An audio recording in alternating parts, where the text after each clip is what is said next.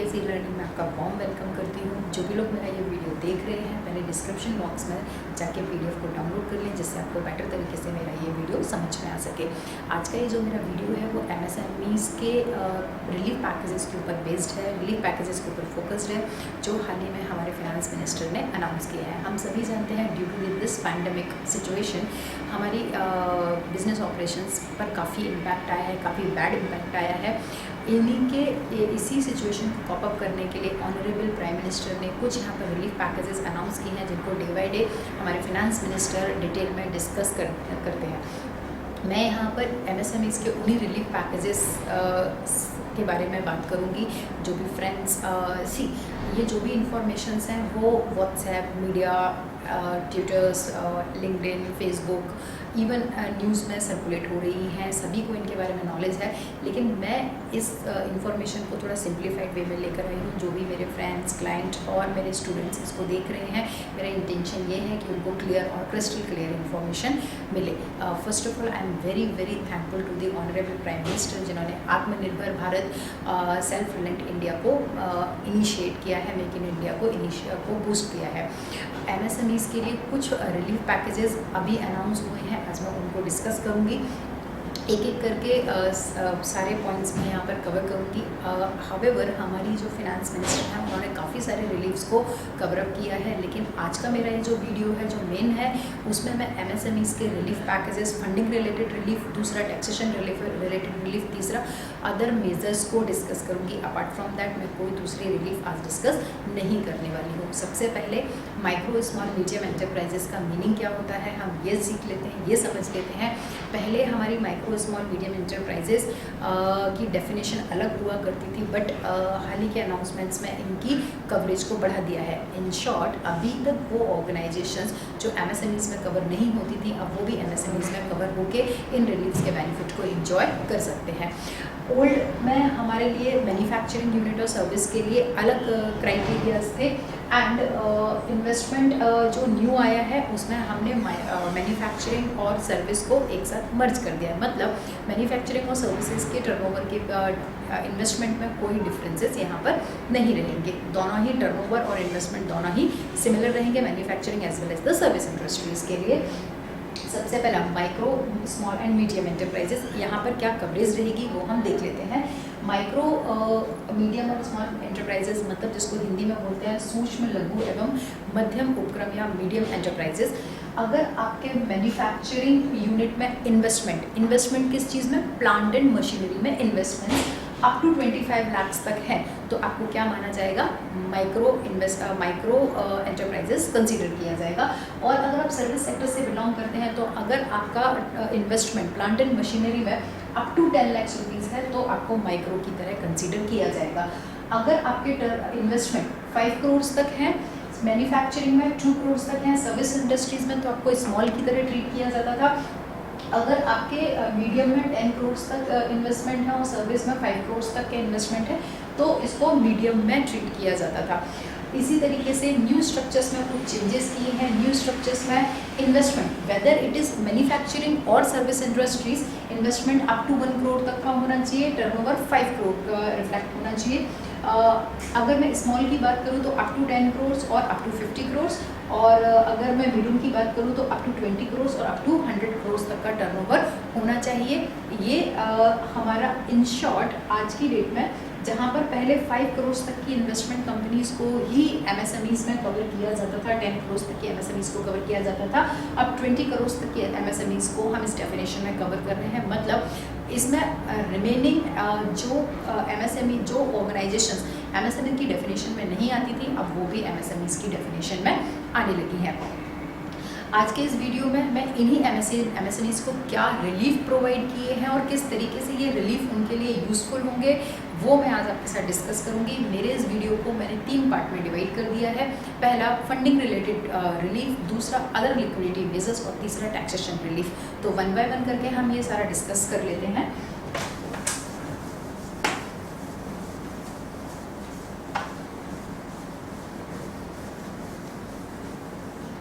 सबसे पहला funding related issues, funding related reliefs. तो फंडिंग रिलेटेड रिलीफ्स मेरा फर्स्ट सेगमेंट है आज के वीडियो का। इस फर्स्ट सेगमेंट में मैंने फर्स्ट पार्ट दिया है collateral free automatic loan. Collateral free automatic loan, इसके नाम से ही हमको दो वर्ड्स समझ में आते हैं, एक तो कोलेटरल फ्री और दूसरा ऑटोमेटिक लोन। ये दोनों एक्चुअली में क्या है? कोलेटरल फ्री का मतलब होता है, देखो जब भी हम कभी बैंक जाते हैं तो बैंक सबसे पहले हमको ये पूछता है कि लोन के अगेंस्ट में आप क्या गिरवी रखोगे, क्या हाइपोथिकेट करोगे, आप क्या मोर्टगेज करोगे, या किस चीज़ को आप प्लेस रखने वाले हो। क्लियर? लेकिन अभी आप एमएसएमईज को जो भी लोन प्रोवाइड किया जाएगा उनको कोई भी सिक्योरिटी, कोलेटरल सिक्योरिटी बैंक्स को नहीं रखने हैं। इसको कम्प्लीटली अभी स्टॉप कर दिया है। दूसरा इसका नाम दिया है, दूसरा वर्ड इसमें है ऑटोमेटिक। तो ऑटोमेटिक वर्ड का मतलब ये वाले जो लोन्स हैं वो आपके एग्जिस्टिंग लोन पर विदाउट फॉलोइंग एनी कंप्लाइंसेस आपको यहाँ पर इनका सैंक्शन मिल जाएगा। मतलब इन शॉर्ट अगर मैं बोलूँ कोलेटरल फ्री ऑटोमेटिक लोन, इसमें आपको कोई सिक्योरिटी नहीं रखनी है, प्लस यहाँ पर आपको ऑटोमेटिक प्री सैंक्शन लोन रहेगा। एमएसएमई चाहे तो उस लोन को एंजॉय कर सकती है, नहीं चाहे तो नहीं कर सकती है। लेकिन किसको कितना मिलेगा, किसकी एलिजिबिलिटी रहेगी, वो हम यहाँ पर एक बार डिस्कस करते हैं। ऑटोमेटिक कोलेटरल फ्री लोन के लिए क्राइटेरिया क्या है, कौन कौन ऐसी एमएसएमईज हैं जो उसके लिए एलिजिबल होंगी? तो वो एमएसएमईज जिनकी बोरोइंग 25 करोड़ तक है, अप टू 25 करोड़ है, और जिनका टर्नओवर अप टू 100 करोड़ तक है, वो इस फैसिलिटी को एंजॉय कर सकते हैं। पहले मैंने देख लिया एलिजिबिलिटी क्राइटेरिया क्या रहेगा। दूसरा मुझे क्या देखना पड़ेगा, फर्स्ट एलिजिबिलिटी क्राइटेरिया, दूसरा कितना लोन सैंक्शन होगा। क्लियर? तो उन्होंने क्या बोला, 29 फरवरी 2020 को आपके पास जितने भी आपके एग्जिस्टिंग लोन बैंक में चल रहे हैं उसका 20% इमरजेंसी क्रेडिट लाइन आपको दिया जाएगा। Exactly what is this? Suppose मेरा 29 फरवरी को आउटस्टैंडिंग लोन अमाउंट 100 रुपीज़ है। क्लियर? तो 100 रुपीज़ का अप टू 20% मतलब 20 रुपये तक मुझे इमरजेंसी क्रेडिट लाइन प्रोवाइड की जाएगी, और इस लोन के लिए मुझे कोई भी कोलेटरल नहीं रखना है, और इस पर्टिकुलर लोन के लिए मुझे कोई भी कंप्लाइंसेस करने की, कोई भी पेपर वर्क करने की ज़रूरत नहीं है। ये मेरा प्री सैंक्शन ऑटोमेटिक लोन है। क्लियर? ये लोन का जो अमाउंट है वो प्री सैंक्शन अमाउंट गवर्नमेंट ने हमको कितना दिया है, 3 लाख करोड़ तक का दिया है, जिसमें 45 लाख एमएसएमईज को बेनिफिट मिलेगा। ये लोन का जो टेन्योर पीरियड रहेगा ये 4 इयर्स के लिए रहेगा। फर्स्ट ईयर बेसिकली स्टार्टअप्स के लिए होता है, तो 12 मंथ्स तक, मतलब डेट ऑफ द लोन से लेके 12 मंथ्स तक आपको कोई भी प्रिंसिपल रिपेमेंट नहीं करना है, इंटरेस्ट का रिपेमेंट आपको करना पड़ेगा। लेकिन जो इंटरेस्ट रेट है इसको भी कैपिंग करके रखा है, बहुत ज़्यादा हायर इंटरेस्ट रेट इसमें कवर नहीं होगा। आपको अगर इस लोन की फैसिलिटी चाहिए तो 31 अक्टूबर 2020 से पहले आप इसके लिए एलिजिबल हैं। इन शॉर्ट 31 अक्टूबर 2020 के बाद ये स्कीम वैलिड नहीं रहेगी अनटिल और unless any further notice. Clear? तो मैंने सबसे पहले क्या पढ़ा, कोलेटरल फ्री लोन, मतलब अगर मैं बोलूँ मेरे funding related issues, funding related relief में मुझे क्या दिया, कोलेटरल फ्री ऑटोमेटिक लोन पहला। दूसरा मुझे क्या दिया है, सबऑर्डिनेट लोन, सबऑर्डिनेट लोन या सबऑर्डिनेट डेट। ये बहुत अच्छा इनिशिएटिव है गवर्नमेंट ऑफ इंडिया का। यहाँ पर गवर्नमेंट ऑफ इंडिया ने उस एमएसएमईज को कवर किया है जो स्ट्रेस्ड एमएसएमई हैं, या जो सिक कंडीशन में हैं, या फिर जिनके एनपीए हो चुके हैं, नॉन परफॉर्मिंग एसेट्स हैं, मतलब इन बिजनेस तो करना चाहते हैं बट इनके पास इतना कैपिटल कंपोनेंट नहीं है कि वो बिजनेस को स्मूथली रन कर पाए। तो इनके लिए भी हमको हमारी गवर्नमेंट ऑफ इंडिया ने 20,000 करोड़ का लोन अमाउंट हमको दिया है। लेकिन ये directly loan amount directly company को नहीं मिलेगा। ये जो लोन अमाउंट है ये किसके नाम पे सैंक्शन होगा, प्रमोटर्स के नाम पे सैंक्शन होगा। जैसे सपोज ABC लिमिटेड में मैं प्रमोटर हूँ, तो मुझे ये लोन मिलेगा, और इस लोन को बाद में मुझे कंपनी को क्या करना पड़ेगा, एज अ इक्विटी कंपोनेंट अपनी कंपनी में as a capital component introduce करना पड़ेगा। इसके पीछे रीज़न ये या मेरे हिसाब से लॉजिक ये रखा गया होगा कि अगर इफ़ एनी केस अगर कोई डिफ़ॉल्ट होता है तो कंपनी की क्रेडिट रेटिंग खराब ना हो, प्रमोटर्स की क्रेडिट रेटिंग पे इसका इफेक्ट है। बट हावेवर यहाँ पर बैंक्स का सबसे पहले रिस्क जनरेट हो गया। बैंक बोलती है अगर मैं एनपीए को लोन दे दूँ तो मैं बैंकरप्ट हो जाऊँगी पहले, क्योंकि जो खुद एनपीए है उसके रीपेमेंट की कैपेसिटी क्या रहेगी। तो बैंक ने यहाँ पर क्या किया, गवर्नमेंट ऑफ इंडिया ने यहाँ पर क्या किया, बैंकिंग को अश्योर्ड कर दिया, मतलब जितना भी हमारा प्री सैंक्शन अमाउंट है इसका 20% बैंक को गारंटी किसने दिया? गवर्नमेंट ऑफ इंडिया ने बैंक को गारंटी दिया है। मतलब अगर यहाँ पर 4000 करोड़ तक गवर्नमेंट ने बैंक को रिस्क फ्री कर दिया है। क्लियर? तो पहला मैंने क्या पढ़ा? Collateral free automatic loan. दूसरा मैंने क्या पढ़ा? Subordinate loan. ठीक है, तीसरा मेरा क्या है? Fund of funds. क्लियर?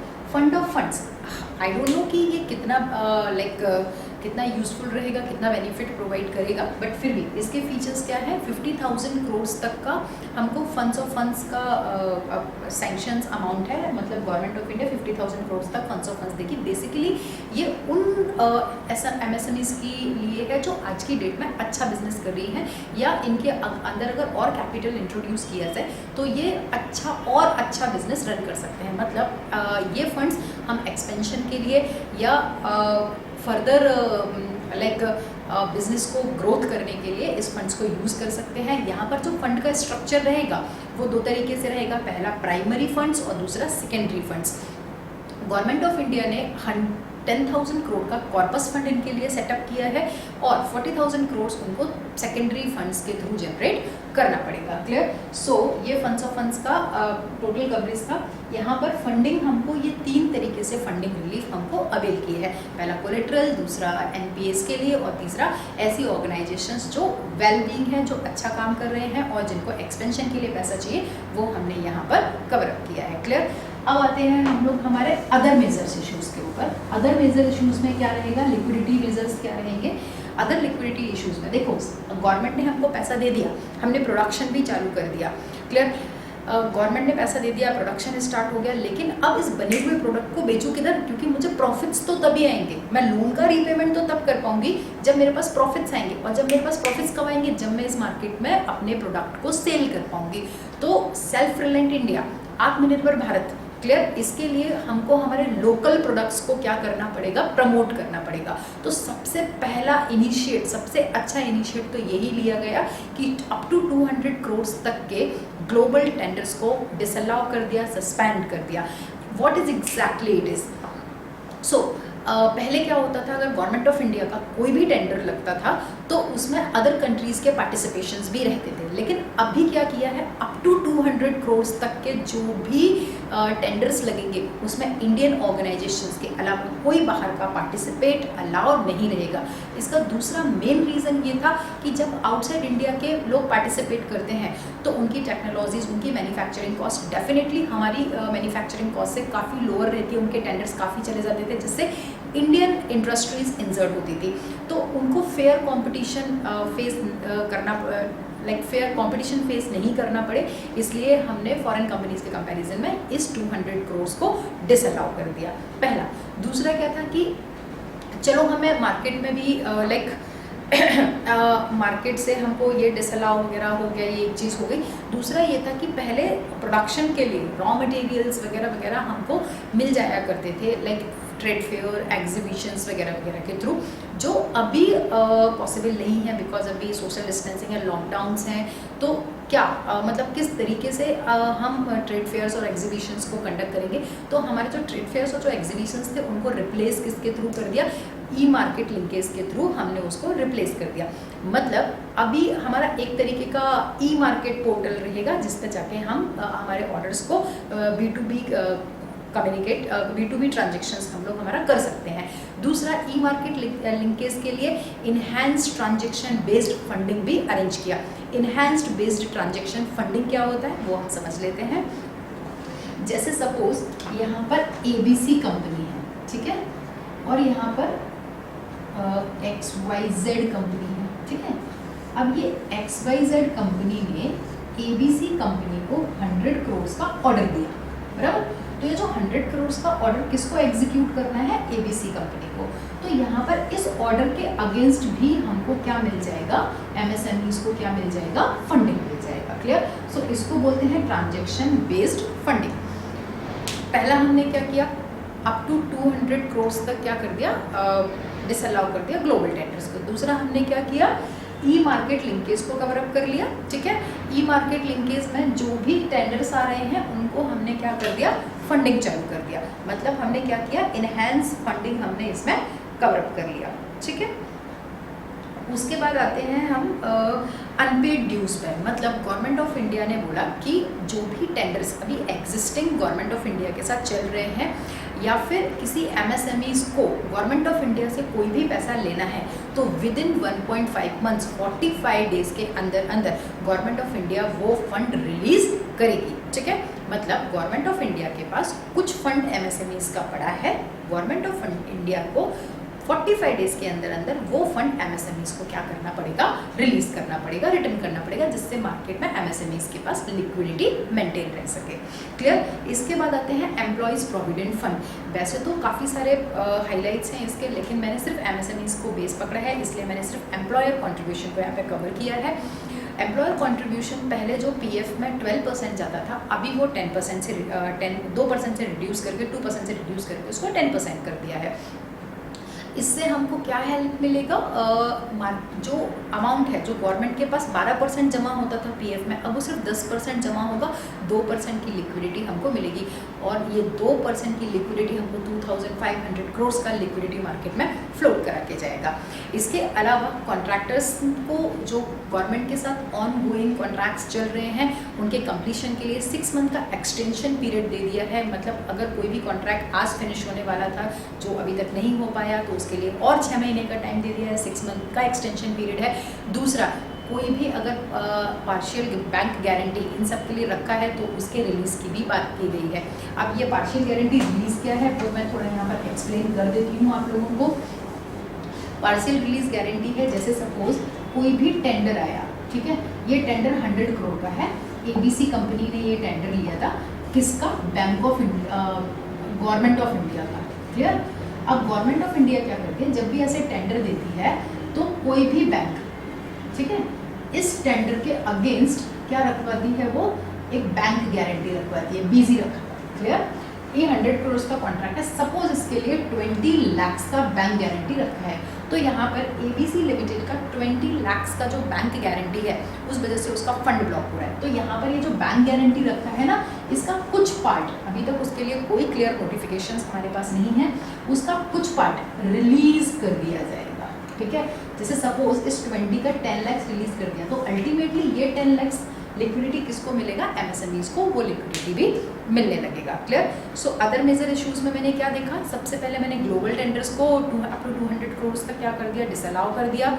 दूसरा मैंने क्या देखा, ई मार्केट लिंकेज, मतलब ट्रेड फेयर और एग्जीबिशंस के को रिप्लेस करके हम एक ई मार्केट लिंकेज लेकर आए। ई मार्केट लिंकेज पर जो भी कॉन्ट्रैक्ट हमारे एग्जीक्यूट हो रहे हैं उनके लिए हमने ट्रांजेक्शन बेस्ड फंडिंग की फैसिलिटी प्रोवाइड की। इसके अलावा हमने जो भी गवर्नमेंट के पास एमएसएमईज के अनपेड ड्यूज़ हैं उनको 45 डेज़ के अंदर अंदर सेटल करने की बात की। इसके अलावा एम्प्लॉयज़ प्रोविडेंट फंड में जो एम्प्लॉयर कंट्रीब्यूशन होता था उसको 12% से रिड्यूस करके 10% पर डाल दिया, जिससे हमको 2500 करोड़ की लिक्विडिटी हम मार्केट में फ्लोट कर सकते हैं। इसके अलावा जो हमारे कॉन्ट्रैक्ट बेस्ड थे उसमें 6 मंथ का एक्सटेंशन पीरियड दिया है एंड साथ ही साथ हमको जो पार्शियल बैंक गारंटी थी उसके रिलीज़ की बात किया। ठीक है, तो पहला मेरा रिलीफ क्या मिला, फंडिंग रिलेटेड रिलीफ मिला। दूसरा मुझे क्या मिला, अदर लिक्विडिटी मेजर्स मिला। Now third point is the taxation relief. Taxation relief में फर्स्ट पार्ट इन्होंने क्या किया, टीडीएस की रेट को 25% से रिड्यूस कर दिया। मतलब अगर किसी भी ट्रांजेक्शन पर आज की डेट में आपका 10% का टीडीएस डिडक्ट होता है तो उसको रिड्यूस करके कितना कर दिया, 7.5 कर दिया। मतलब जहाँ पर 10% का टीडीएस डिडक्ट करके गवर्नमेंट को जमा करना पड़ता था, अब आपको 7.5% टीडीएस डिडक्ट करके गवर्नमेंट को जमा करना पड़ेगा। इसका मतलब 2.5% का टीडीएस हमको बच गया। वो टीडीएस एमएसएमईज या बिजनेस ऑर्गेनाइजेशन जो डिडक्टर है उसके लिए लिक्विडिटी फ्लोट करेगा और वो टीडीएस लिक्विडिटी 50,000 करोड़ तक का लिक्विडिटी मार्केट में फ्लोट करके जाएगा। पहला टैक्सेशन रिलीफ। दूसरा, जो भी रिफंड्स गवर्नमेंट ऑफ इंडिया के पास पड़े हैं इमीडिएट बेसिस पर गवर्नमेंट ऑफ इंडिया उनको रिफंड करेगी। इसमें इंक्लूड है charitable trust, LLP firms, sole proprietorship. इनके कोई भी रिफंड्स अगर गवर्नमेंट ऑफ इंडिया के पास पड़े हैं, गवर्नमेंट ऑफ इंडिया को एज सून एज पॉसिबल उनको क्या करना है, रिफंड्स करना है। इसके अलावा आता है due date of return filings. तो यहाँ पर due date of return filings में भी कुछ चेंजेस किए हैं। जुलाई और सितंबर जो भी रिटर्न फाइलिंग्स होती थी उन सब की रिटर्न फाइलिंग्स की डेट को इंक्रीज़ करके हमने क्या कर दिया 30 नवंबर 2020 कर दिया। ऑडिट की जो डेट्स थी 30 सितंबर उसको भी हमने चेंज करके 30 अक्टूबर 2020 अभी 31 अक्टूबर 2020 कर दिया है। ये इतने सारे रिलीफ और इनिशिएटिव गवर्नमेंट ऑफ इंडिया ने MSMEs के लिए ली हैं। We are very thankful of the government of India who takes this very good initiatives. Definitely as soon as possible we will come out from this pandemic situation, but still we have to सीधा एक line में अगर मैं clear करूँ तो हमको corona से लड़ना भी है और हमको हमारी इकोनॉमी को भी मेंटेन करके रखना है। ये काफ़ी सारे अच्छे इनिशिएटिव्स हमारी गवर्नमेंट ने लिए हैं। डेफिनेटली हम लोग एक बार इस प्रॉब्लम से डेफिनेटली बाहर आएंगे, लेकिन तब तक के लिए ये सपोर्ट बहुत बड़ा सपोर्ट है गवर्नमेंट ऑफ इंडिया के साइड से। Thanks to the government of India, thanks to the honourable prime minister, finance minister और हमारे डॉक्टर्स और जो भी हमारे पुलिस है और जो भी स्टाफ जो एसेंशियल्स में डील कर रहे हैं और जो हमको ऐसी सिचुएशन में भी फैसिलिटी प्रोवाइड कर रहे हैं। We are very thankful to all of them. अगर आप चाहते हो कि इसी तरीके से मैं आपके लिए ऐसे वीडियोस लेकर आती रहूँ related to the taxation, related to the current affairs, related to the GST और some other academic learning parts, तो आप मेरे चैनल को प्लीज़ प्लीज़ प्लीज़ सब्सक्राइब कीजिए, लाइक कीजिए, because your likes is very very important for us. यही likes ही हैं जो हमको इतने वीडियोस बनाने के लिए मोटिवेट करते हैं। Stay connect, stay home, stay safe. Thank you, नमस्कार।